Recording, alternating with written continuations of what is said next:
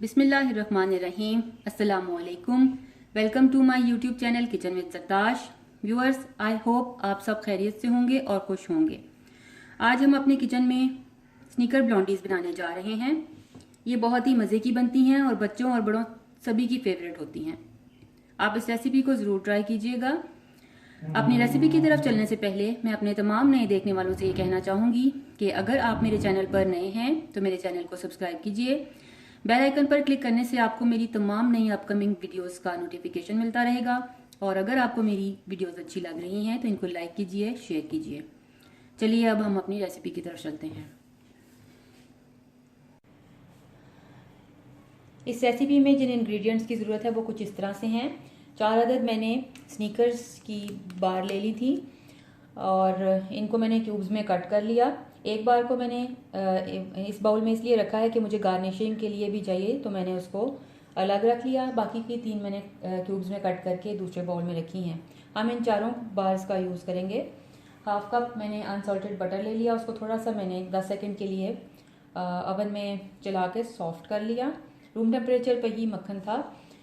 इसके अलावा 1 अदद अंडा यूज़ करेंगे। 1 कप हम किसी भी ब्राउन शुगर यूज़ करेंगे। 1 कप हमें मैदा चाहिए। 1 टीस्पून हमें बेकिंग पाउडर चाहिए और 1 टीस्पून हम इसमें वनीला एसेंस यूज़ करेंगे। 1/4 टीस्पून हमें सॉल्ट चाहिए। इन तमाम इंग्रेडिएंट्स को यूज़ करते हुए हम स्नीकर्स ब्लॉन्डीज रेडी करेंगे। ड्राई इंग्रेडिएंट्स जिसमें मैदा, बेकिंग पाउडर और सॉल्ट शामिल हैं, इन तीनों चीज़ों को मैं मिक्स कर लूँगी और छान लूँगी। बाउल में मैं सॉफ्ट किए हुए मक्खन को ऐड करूँगी और इसमें मैं ये ब्राउन शुगर भी ऐड कर दूँगी किसी भी।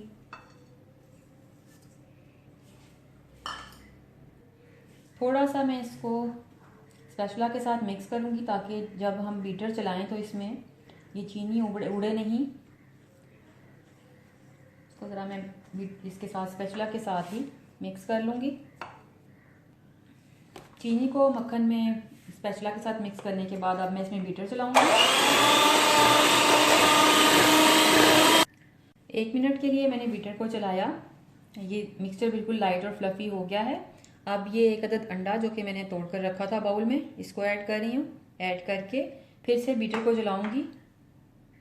बाउल की साइडों पर जो मटेरियल लग गया था उसको मैंने सेंटर में कर दिया स्पैचुला के साथ और फिर से एक दफ़ा मिक्स कर रही हूँ। वनीला एसेंस इसमें ऐड कर रही हूँ। अंडे और चीनी का मिक्सचर बहुत अच्छे से रेडी हो चुका है। बहुत अच्छे से मिक्सिंग हो चुकी है अंडे की। अब ये जो ड्राई इंग्रेडिएंट्स हैं इनको मैं 1 से 2 बैचेस में इस मिक्सचर में ऐड करूँगी और मिक्स करूँगी। सारा का सारा मैदा मैंने इसमें शामिल कर दिया। ड्राई इंग्रेडिएंट्स को मैंने अच्छे से मिक्स कर दिया। अब मैं इसमें ये चॉकलेट ऐड करके फोल्ड करूँगी।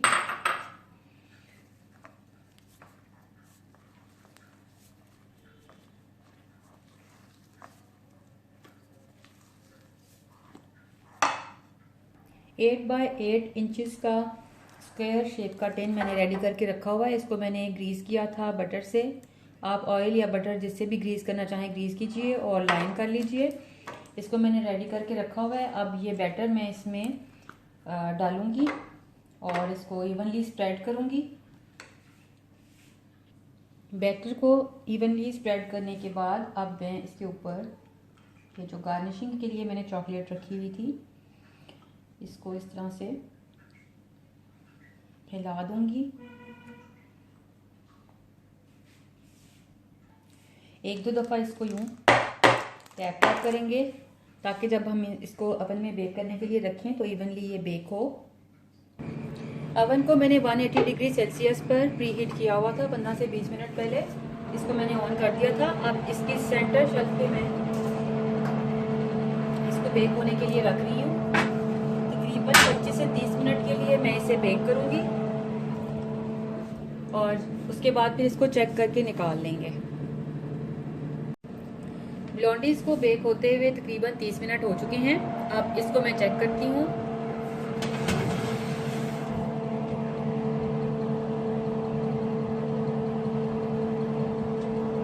में से क्रम्स साफ लगे हुए आए हैं। तकरीबन 3 से 4 मिनट के लिए मैं इसे मज़ीद बेक करूंगी। जब ये टूथपिक बिल्कुल क्लीन निकल आएगी तो फिर मैं ओवन को ऑफ कर दूंगी और इस ट्रे को निकाल लूंगी। बेक करने के बाद मैंने ब्लाउनीज को तकरीबन 1 घंटे के लिए ठंडा होने के लिए रख दिया था। अब मैं इस टिन में से इसको निकालूंगी। टिन में से निकाल लेने के बाद पेपर को मैंने इस तरह से पील ऑफ कर लिया चारों तरफ से। पील ऑफ करने के बाद अब हम इसके स्क्वायर्स में कटिंग करेंगे।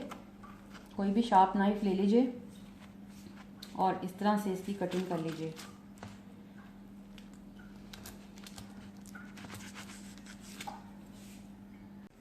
लीजिए व्यूअर्स, स्नीकर ब्लॉन्डीज रेडी हैं। आप इनको छोटे या बड़े स्क्वायर शेप में कट करके इसको किसी भी एयर टाइट कंटेनर में आप सेव करके रख सकते हैं और जब भी ज़रूरत पड़े बच्चों को या अपने घर वालों को निकाल कर दीजिए और इन्जॉय कीजिए। मुझे अपनी दुआओं में याद रखिएगा। रेसिपी को ट्राई करने के बाद मुझे अपना फीडबैक ज़रूर दीजिएगा और अगर आप मुझे कुछ सजेस्ट करना चाहते हैं या मुझसे कुछ पूछना चाहते हैं तो कमेंट बॉक्स में कमेंट कीजिएगा। Thank you.